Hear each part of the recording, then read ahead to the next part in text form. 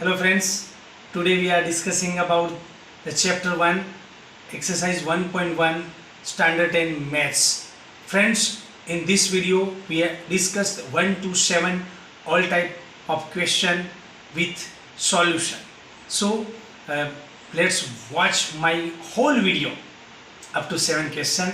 Now start from question 1. Friends, chapter 1 real number exercise 1.1 first question, express each number as a product of its prime factor. 1.1 exercise prime factor. First of, find the prime factor of given number 144. 140, if the unit place 0 2 4 6 8, then we divide by 2, divided by 14 7, then after 2 35, then divided by 5, then 7. So 140, the prime factor of 140 is 2 2 5 7. Okay, this is our answer. Prime factor of 140 is 2 2 5 7. Friends, let's start question 5. Divisibility rules. First of all, we check the divisibility rules 2 3 4 5, but in this question I take for particularly question 5 because of all divisibility rules you should check. For this question there is no answer you will find. So देखो divisibility 2 का जो हम इसमें check करेंगे, you can't find the answer. ठीक है, 3 में भी नहीं मिलेगा. क्यों? क्योंकि 3 का जो रूल्स है वो sum of the digit is divided by 3 sorry. तो 7 + 4 11 + 2 13 और 9 22 is can't divided by 3, so it is not divided by 3. 4 divisibility of rules is 4 last 2 digit is divided by 4, तो 29 is नॉट डिवाइडेड बाई 4. 5 में तो last में 0 या 5 होना चाहिए. 6 में 2 3 से डिवाइड हो. 7 8 9 10 11 स्पेशली ये है ना 17 19 से डिवाइड होता है और लास्ट में 23. इसलिए मैंने देखो फर्स्ट के बाद सीधा 5 लिया है, बिकॉज इसके अंदर सारे तुम डिविजिबिलिटी के रूल्स का यूज़ करोगे ना, but you can't get answer. So 17 से डिवाइड करेंगे सपोज, तो 17 4 जा 68 होता है. 6 रिमाइंडर रहता है. ऐसा हो तो यहाँ हमको बाजू में डिवीजन कर देना है. 17 4 जा 68, 6 बचा, ऊपर से हम 2 उतारेंगे तो 17 3 जा 51, 1 रिमाइंडर बचा, 11 बचा, ऊपर से 9, तो 17 7 जा 119. ठीक है, तो 437 हमारा आंसर आएगा. अब हम 17 से नहीं दे सकते, अब हमको 19 से देना है. तो 19 2 जा 38, 5 बचेगा तो 57, 19 3 जा 27, फिर हमको 20 से देना, 23 से देना है. तो ये क्या स्पेशल केस में था, इसमें तुम डिविजिबिलिटी के ऑल रूल को अप्लाई करोगे बट तुमको आंसर नहीं मिलेगा. इसलिए 17 19 एंड 23 से इसको डिवाइड करना है. ठीक है, ऐसे तो कोई भी हो तो डिविजिबिलिटी का रूल्स का यूज़ करके तुम 2 3 मैंने अभी तुमको बताया, ऐसे हम कर सकते हैं. फर्स्ट क्वेश्चन यह था. सेकंड क्या है, find the LCM and HCF of the following pair of integer and verify करना है हमको. देखो एलसीएम और एचसीएफ अलग अलग मेथड. एचसीएफ के लिए हमको इसकी तरह प्राइम फैक्टर बनाना है. देखा इसका बनाया तो 2 2 जा 4, 4 में से 1 गया, 5 गया तो 1, ऊपर से 11 हुआ तो 5 जा और 5 जा. फिर हम 5 से देंगे तो 5 1, 3 से जाएगा 17 1, तो मतलब 510 का 2 × 3 × 5 × 17. इसमें देंगे तो 2 से जाएगा 4 जा 49, 7 से जाएगा 1 टाइम. ऐसे हमने इसके प्राइम फैक्टर बना दिए। ठीक है, अब देखो HCF और LCM में क्या डिफरेंट है। HCF मतलब क्या है कि दोनों के अंदर जो हो वो HCF कहलाता है। अब दोनों के अंदर क्या है, ओनली 2, तो ये हमारा HCF हो गया। LCM में क्या है, LCM में ये दोनों को वन टाइम लिखा, उसके बाद सबको लिख देना है, ये हमारा LCM हुआ। बट सपोज ये 7 इधर है, बराबर, 2 बार, इधर एक बार 7 होता तो वो HCF में निकल जाता। कभी कभी 3 डिजिट हो और 2 में 7 2 बार है, इधर भी 2 बार 7 है, तुम 4 बार लिखोगे तो रॉन्ग हो जाएगा, वो 2 ही बार लिखना है। इसलिए LCM के लिए मैं तुमको ऐसे ही बोलता हूँ कि जब तक बने न तो दोनों का साथ में एक बार एक कर ही लेने का। अलग अलग HCF के लिए करो, LCM के लिए साथ में करोगे ना तो ये वाला तुम्हारा जो आंसर है ना वो रॉन्ग नहीं पड़ेगा। कभी कभी 3 डिजिट में प्रॉब्लम आता है, आगे 3 डिजिट है तो उसमें प्रॉब्लम आता है। अब देखो ये वेरीफाई करना है हमको LCM और HCF का, तो कैसे करेंगे, तो 510 into 92 is equal to 2 into जो भी ये हमारा आंसर आएगा वो यहाँ पे तो मल्टीप्लाई करोगे तो दोनों सेम आना चाहिए। ठीक है, तो ऐसे वेरीफाई कर देना। थर्ड क्वेश्चन में क्या करना है, find the LCM and HCF of the following integer by applying the prime factor method. तो friends, first of all we find the prime factor of given numbers. For HCF separately find the prime factor, और LCM में आपको साथ में कर सकते हैं। 2 से डिवाइड करेंगे 3 आ गया। ठीक है, तो 12 के प्राइम फैक्टर हो गए 2 इंटू 2 इंटू 3, इसमें क्या आ जाएगा 5, 3 इंटू 5, इसमें 3 से करोगे तो 3 इंटू 7। अब देखो HCF एकदम ईजी है। चलो HCF में तो क्या हुआ, फाइंड द LCM HCF दोनों है, तो HCF में तो क्या है कि जो चीज़ तीनों के तीनों अंदर है, जो तीनों के अंदर 3 है वो कॉमन है, 3 है, तो हमारा HCF हो गया 3। बट LCM में क्या करोगे, हम LCM में ऐसे लिख देंगे कि भाई 3 1 टाइम है, देन 2 टाइम 2 है, 5 टाइम 1 है, 7 टाइम इसका मल्टीप्लाई करेंगे, 3 2 जा 6, 6 2 जा 12, 12 5 जा 60 और 60 7 जा 4 2 0 आ जाएगा। लेकिन क्या होता है कि ये 7 इधर भी है, इधर भी 7 है, तुमने यहाँ पे एक बार 7 और लगा दिया तो तुम्हारा आंसर रॉन्ग हो जाएगा। इसलिए ऐसे केस के लिए मैं तुमको यही बोलता हूँ कि सबका एक साथ LCM लो, ताकि ये मिस्टेक नहीं होगी तुम्हारी। जैसे कि अब तुमने इसमें 3 से डिवाइड किया तो 3 4 जा, 3 5 जा और 3 7 जा। अब सिंपल है कि तुम 4 से दे दो, फिर 5 से दे दो और फिर 7 से दे दो, ख़त्म। देखो 4 3 जा 12, 12 5 जा 60, 67 जा, ये आ जाएगा। इसमें मिस्टेक होने के चांस बिल्कुल नहीं रहते। इसमें कभी कभी तुम्हारे से मिस्टेक हो जाती है, इधर 7 इधर 7 है, अब क्या तीनों 3 में 7 होता तो 7 HCF आता, लेकिन 2 में इसलिए HCF नहीं आएगा। तब तुम इसको LCM में 2 7 को 2 बार लिख दोगे तो रॉन्ग हो जाएगा। ठीक है, इसलिए तुमको LCM के लिए मैं ये मेथड प्रीफर करता हूँ। ठीक है, अब देखो ये क्या बोल रहा है कि फाइंड गिवन दैट HCF, इन दोनों का HCF इतना दिया हुआ है तो इसका LCM फाइंड करना है। अब हमको पता है कि PX इंटू एक्स, मतलब ये जो नंबर्स है PX into QX equal to हमारा HX, और ये LCM का LX है और HCF का HX है, ये फॉर्मूला है। इसमें दोनों वैल्यू रख दी है, LX की जगह हमारा जो फाइंड करने का, और HCF की जगह हमने 9 रख दिया, इनका HCF इतना है। LCM फाइंड करना है तो ये 9 नीचे चला जाएगा, इसको हम सॉल्व करेंगे तो हमारा आंसर ये आ जाएगा।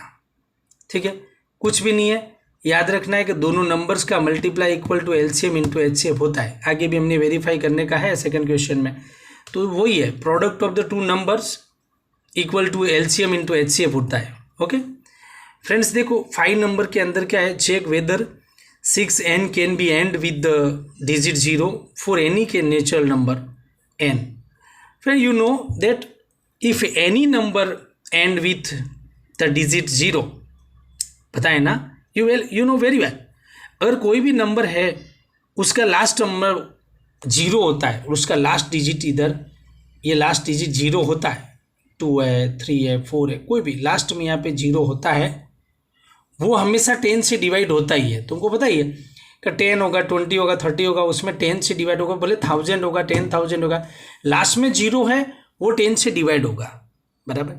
और 10 है, it will be also divided by 2 and 5, 10 है वो 2 और 5 से डिवाइड होगा। तो मीन्स क्या हुआ कि the factor of 10 is 2 and 5, fix हो गया।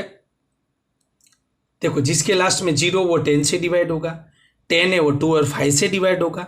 तो ये जो हमारा 6n है उसके फैक्टर बनाएंगे तो उसमें 2 और 5 नहीं आएगा। The prime factor of 6n equal to क्या होगा, 2 into 3 है ना। इसमें देखो 2n into 3 है, 2 है लेकिन इसमें 5 नहीं है। तो it can be observe that 5 is not in the prime factor of 6n, hence for any value of n 6n will be not divide by 5। 2 से डिवाइड होगा लेकिन 5 से नहीं होगा। अब 5 से नहीं होगा तो 10 से भी नहीं होगा, है ना। तो therefore 6n can not and with digit 0 for any natural number. कोई भी नेचुरल नंबर है वो उसके लास्ट में अगर 0 है तो वो 2 और 5 से डिवाइड होगा। अब 2 और 5 है वो 6 का फैक्टर नहीं है, उसमें 2 है लेकिन 5 नहीं है, इसलिए डिवाइड नहीं होगा। पर थोड़ा इंग्लिश में ऐसा लिख देना है हमको, समझ गए। नेक्स्ट क्वेश्चन देखो, explain why 7 into 11 into 13 plus 13 and 6 into 7 into 6 into 5 into 4 into 3 into 2 into 1 plus 5 are composite number। देखो friend, you know very well there are two types of number, one is a prime number and other is composite number। Prime number उसको बोलते हैं जो खुद के table में और 1 के टेबल में ही आता हो, उसको प्राइम बोलते हैं। बट कंपोजिट नंबर उसको बोलते हैं जो खुद के टेबल में आता है, 1 के टेबल में आता है और दूसरे किसी भी टेबल में आता है। किसी भी एक टेबल में तो एक, कम से कम एक टेबल में तो आता ही है, उसको हम कंपोजिट बोलते हैं। जैसे कि 3 है वो प्राइम नंबर है, लेकिन 4 है ना वो कंपोजिट है। क्यों? क्योंकि 1 के टेबल में आता है, 2 के टेबल में आता है, 4 के टेबल में आता है। 3 है ना वो 1 के और 3 के में ही आता है, दूसरे किसी में नहीं आता है। ठीक है, अब तुमको पता चल जाएगा क्या है इसका फंडा। अब देखो, it can be observe that 7 into 11 into 13 plus 13। अब इसके अंदर क्या है, ये दो चीज़ कॉमन है। देखो ये 13 और ये 13 हम कॉमन निकाल लिए, तो इसमें से कॉमन 13 निकल गया तो क्या बचा, 1, और इधर भी 1 बचा। ठीक है, अब 11 7 जा 77 plus 1 is 78। The prime factor of 78 क्या है, 13 6 जा हुआ। अब 2 13 और 1 6 तो मिला, इस नंबर का 2 13 मिला और 1 6 मिला, एक नंबर इट सेल्फ और एक 1, मतलब 4 फैक्टर मिले।